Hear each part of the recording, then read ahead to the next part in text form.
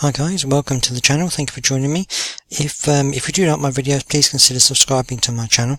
It's a new channel and I really want to try and build a bit of a presence on YouTube here. So if you do like my channel, my videos, please consider subscribing. That would be really appreciated.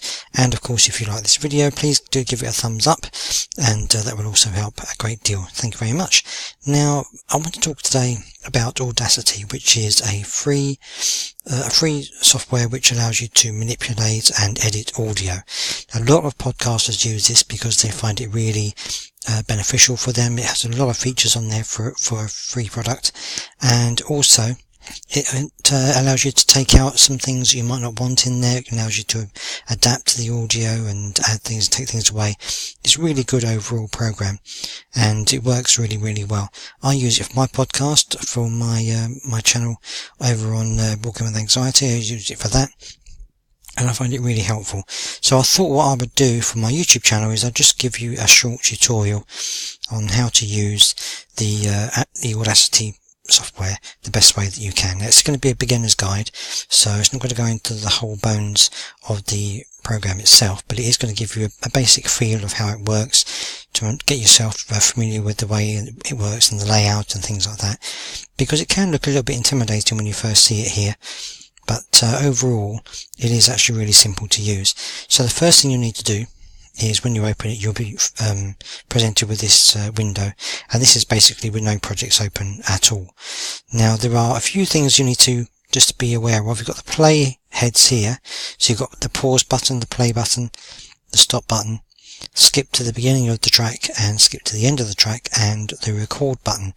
Now, there are a lot of people who will record their audio, for example for podcasts, on Audacity itself. So they'll actually just plug their headphones in, press record, and just record their voice. So I do a little bit of that here. If I just press record, it's now recording everything that I'm saying, and a lot of podcasters use this because it's really easy. You can just record it and then edit it the same way. So I'll just stop that, go back to the beginning, and I won't play it here because you won't be able to hear it through my audio, but then it will just play that track, and that's basically what you've got ready to go. It's really easy and straightforward to use it like that, which is why a lot of podcasters use it. So this is what you would get if you were going to record straight into Audacity itself.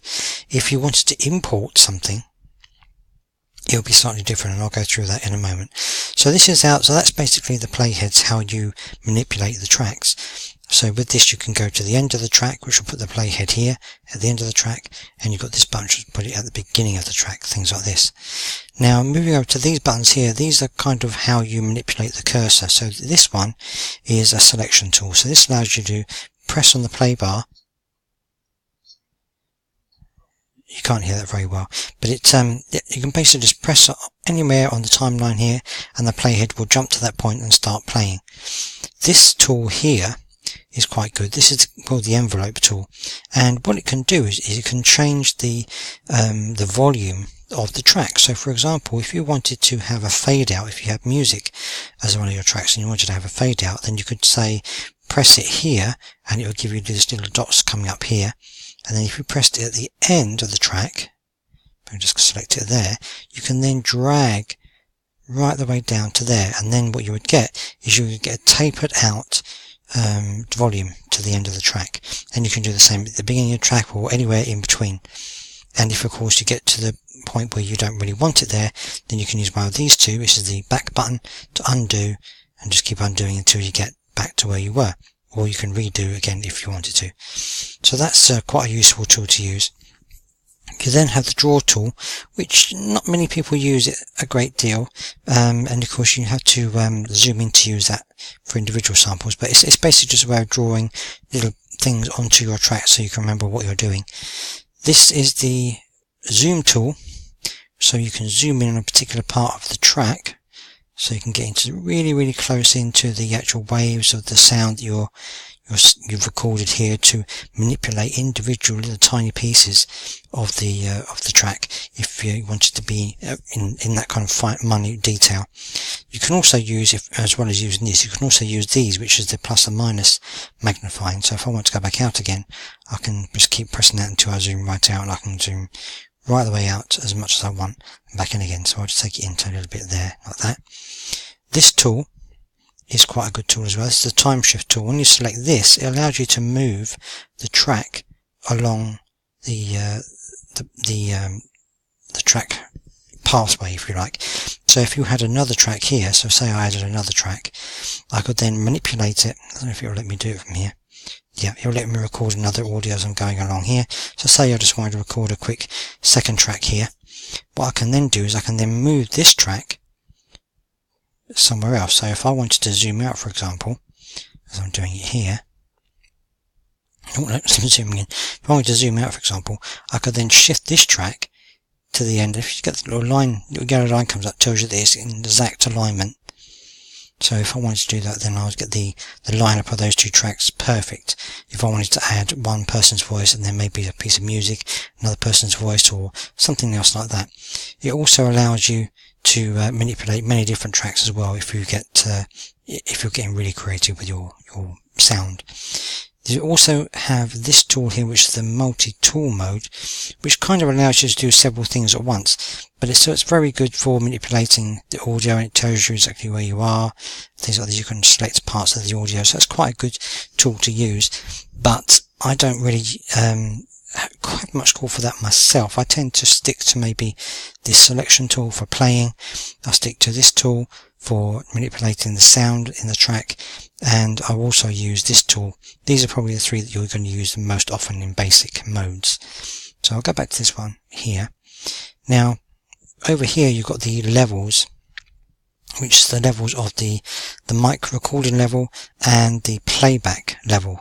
Now if I just play this track, you'll see the levels there, just like there.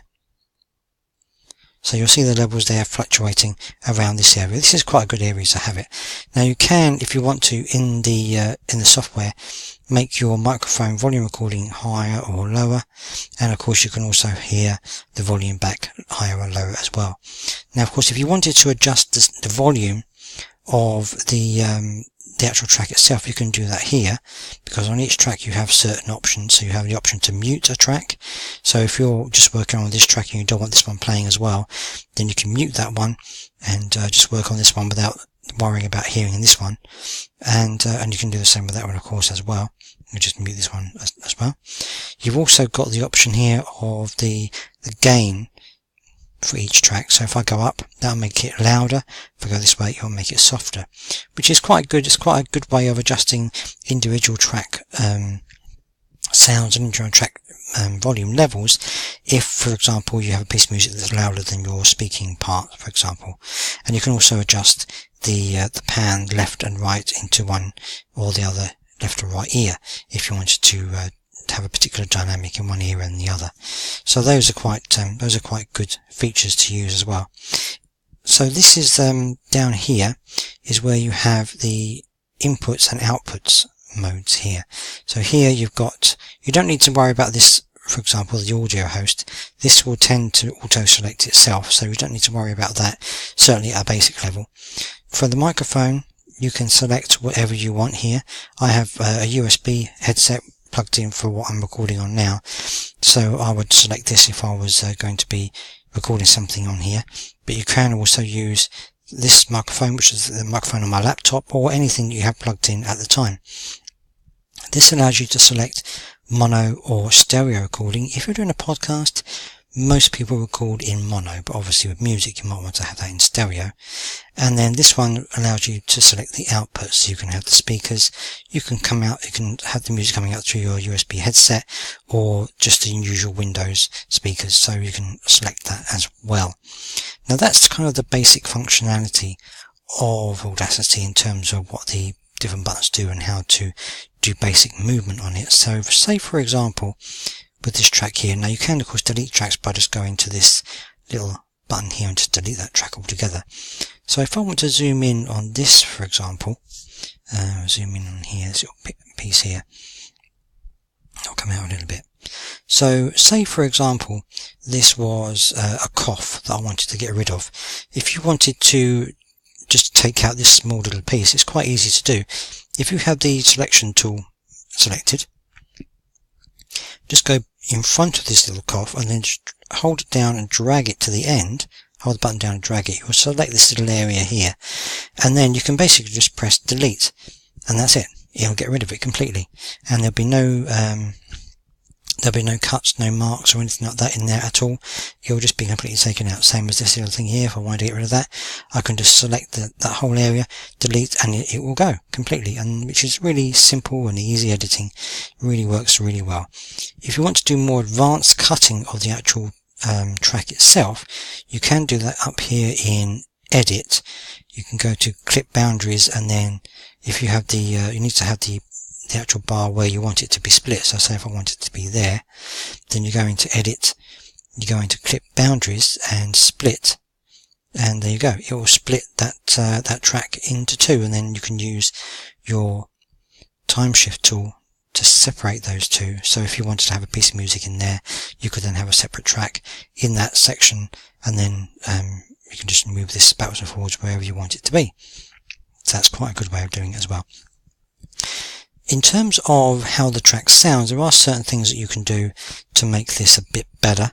I'm just going to go through some of the basic things here, but some of the things you can do is if you highlight, for example, if I zoom in a little bit on this, if I highlight this area here, say that was noise, or there was a particularly noisy background to this this track, I can go into effects and I can go into noise reduction. And what I need to do now is get a noise profile of this track. So I've selected that little area, I'll get a noise profile, and it will identify that little noise area there. And then all I need to do is, if I select, double click, well obviously this track is split, but normally if I double tap on it, it will select the whole track. So if I do it onto this section here, and then go back into effect, back into noise reduction, and then do OK, it will then reduce the noise for that whole area, and you can see that's now gone completely. Then another way that you can do this is to take out a piece of noise altogether. So say for example, with this piece here, if I just wanted that to have no noise or no sound whatsoever, I can highlight it, and then I can just press this tool here, silence audio, and bang, it's gone completely, and there'll be no sound there whatsoever. It completely take out all the sound that you want. So these are tools that you can use. So that's quite good if you want to keep the length of the track, but you just want to take out that little bit of noise or whatever it might be. So this is just a quick tutorial on how to use Audacity. There are many other features, of course, involved in this, and many other buttons on here. There's also, of course, if you want to import a track, I'll go through that quickly. If you want to import a track, you simply go into File, Import Audio, and then you can select any of your tracks that you have, and you can just import it. So this one's one of my ones from my podcast, and it will just bang, and there it is. It's in there, and it will be ready to go. Now, of course, you might have noticed, if I go back into that again, that that was an M4A file. Now, normally, if you just download Audacity brand new, there are certain files you won't be able to download out of the box. M4A are one of those.